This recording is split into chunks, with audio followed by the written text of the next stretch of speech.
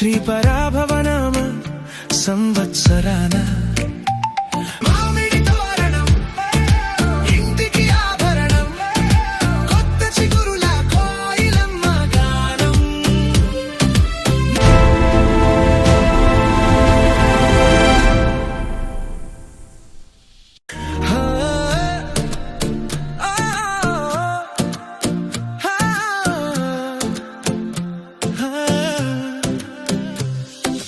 వచ్చింది వచ్చింది ఉగాది, ఇచ్చింది సరికొత్త పునాది.